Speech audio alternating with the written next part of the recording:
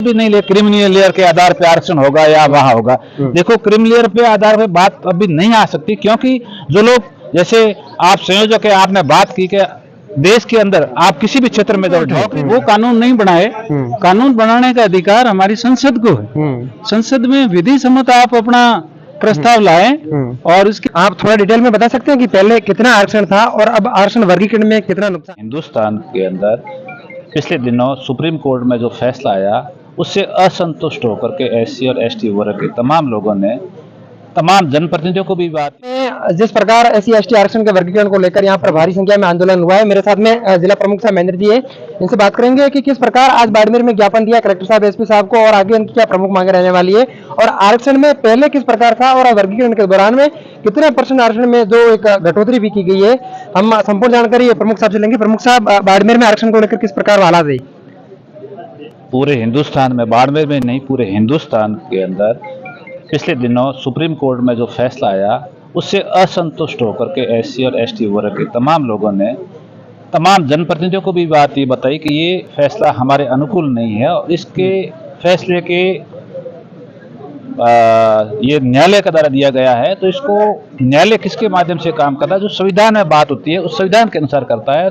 संविधान के अनुसार इंटरप्रिटेशन सुप्रीम कोर्ट ने नहीं किया गया है, तो पुनः संसद के माध्यम से इस प्रकार का प्रस्ताव लेकर के वो जो पुराने परंपरा चली आ रही है, जो व्यवस्था है, उनको लागू किया जाए। डॉक्टर भीमराव अंबेडकर ने जो संविधान दिए उस संविधान की भावना के अनुसार काम किया जाए, न कि इस तरीके से छेड़छाड़ की जाए। तो जिसके खिलाफ ये आज पूरे भारत बंद रहा, जिसके तहत अब बाड़मेर भी बंद है। और बाड़मेर में तमाम लोगों ने, यहाँ के व्यापारी हो, चाहे कोई भी किसी भी वर्ग हो, किसी भी धर्म हो, सब लोगों ने सपोर्ट किया, जिसके कारण शांतिपूर्ण बंद हुआ। जो युवा लोग, तमाम बुजुर्ग लोग यहाँ इस बंद कराने में अग्रणी थे, उनकी बात को रखा गया और सब लोगों ने, इनकी भी भावना है कि शांतिपूर्वक तरीके से आज ये बंद रहे और जिसके उपलक्ष्य में बंद रहा। और आने वाले समय में मैं समझता हूँ, मैं आशा करता हूँ, हिंदुस्तान के प्रधानमंत्री है, तमाम हिंदुस्तान की जनसंख्या के भावनाओं के अनुरूप फैसला लेंगे, जिससे आने वाले समय में सही तरीके से और लोगों को संघर्ष करने के लिए सड़कों पर नहीं आना। आज आपने ज्ञापन दिया, ज्ञापन के दौरान कलेक्टर साहब के द्वारा क्या आश्वासन दिया गया है? देखो कलेक्टर साहब का तो ये जो हम लोगों ने, जो यहाँ लोगों ने ज्ञापन दिया है, उसको माध्यम से आगे राज्य सरकार को, राज्य सरकार का काम है हिंदुस्तान के प्रधानमंत्री और राष्ट्रपति के नाम से भेजना है, उनको देखना है आगे जाकर के ये क्या प्रक्रिया करती है। यहाँ सिर्फ माध्यम भेजने का कलेक्टर माध्यम है। आप थोड़ा डिटेल में बता सकते हैं कि पहले कितना आरक्षण था और अब आरक्षण वर्गीकरण में कितना नुकसान हुआ है? तो आरक्षण कम या ज्यादा की बात नहीं है, आरक्षण में दो टुकड़े करने की कोशिश कर रहे हैं। उनकी साजिश है कि एक इस तरीके से किया जाए, क्रिमिनल बाहर दिया जाए या दूसरे से भाग किया जाए, वो आधार, जबकि संविधान के अंदर ये कहीं पर भी नहीं ले क्रिमिनल लेयर के आधार पे आरक्षण होगा या वहां होगा। देखो क्रिमिनल लेयर पे आधार पे बात अभी नहीं आ सकती, क्योंकि जो लोग जैसे आप संयोजक है, आपने बात की कि देश के अंदर आप किसी भी क्षेत्र में जाओ, नौकरी नहीं है, कई भी क्षेत्र है, प्राइवेट क्षेत्र है, कृषि क्षेत्र है, वहां पर आदमी को कहाँ मौका मिल रहा है। आज दूसरे लोग हैं जिनको एससी एसटी को वहां खेती के जो दर्जा भी कहाँ है, व्यापार में भी कहाँ है। यदि सब तरह की स्थितियां बराबर हो जाती है तो क्रिमिनल की बात आती है, लेकिन आज के समय में तो ऐसी स्थिति नहीं है। आप देखो व्यवहारिक तौर पर भी देखो तो कहीं नहीं, जिसके कारण से ये मामला आगे बढ़ा है। बिल्कुल, ये प्रमुख साहब है। अब ये जो भीमसेना के प्रमुख कार्यकर्ता यहाँ पर मौजूद है, इनसे बात करेंगे। आरक्षण को लेकर किस प्रकार क्या कहोगे सरकार से? नहीं, सरकार से तो हमने अपनी जो भावना थी कि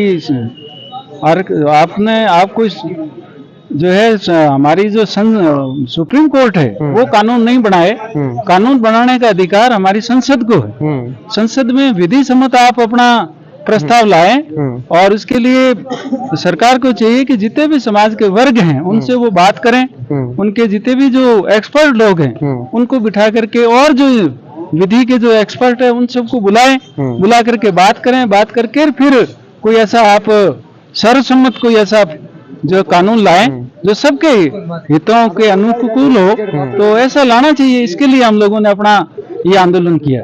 इस आरक्षण वर्गीकरण को लेकर एससी एसटी के ऊपर कितना प्रभाव पड़ेगा? एससी एसटी के ऊपर बाड़मेर की बात करें तो हमारे यहाँ 2 ग्रुप कर दिए सरकार ने, जो यही चाहती थी कि इनके अंदर जो लोग अलग हो जाएं, और जो ये क्रिमिनल लेयर का आ गया तो जो भी थोड़े बहुत सक्षम है वो लोग अलग हो जाएंगे, और उन लोगों की बात कौन उठाएगा?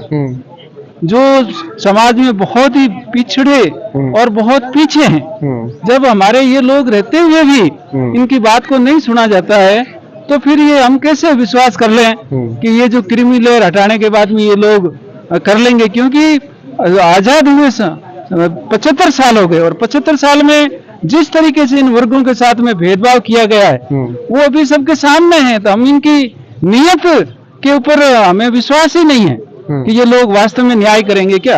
आज यदि न्याय करते तो हमारे साथ में जो आजाद हुए देश हैं, ये जो पूरा यूरोप हुआ है, पूरा जापान, चाइना और ऐसे कई देश हुए, वो लोग जो है विकास में छलांगे लगा रहे हैं, और हम लोग अभी तक वो 80 करोड़ लोग तो 5 किलो अनाज के ऊपर पल रहे हैं, और कुछ लोग 25 करोड़ से अधिक भूखे, आधे भूखे सोते हैं। तो हम कैसे विश्वास करें। और सामाजिक सुरक्षा के नाम पर जो सरकारों की जिम्मेदारी थी कि वो उनकी शिक्षा, चिकित्सा, पीने का साफ पानी, रहने का मकान, ऐसी सामाजिक सुरक्षाओं के कदम उठा करके उन लोगों को ऊपर लाए, तो वो तो हम अब स्थिति देख ले ना कि 75 साल के बाद में भी हमारे लोग जो है आधे भूखे सो रहे हैं, बेरोजगार हैं, भयंकर घरों के अंदर परेशानी है। तो हम सरकार को ये बताना चाहते हैं कि इन लोगों की जो वाजिब मांग है उसको तो सुना ही जाना चाहिए।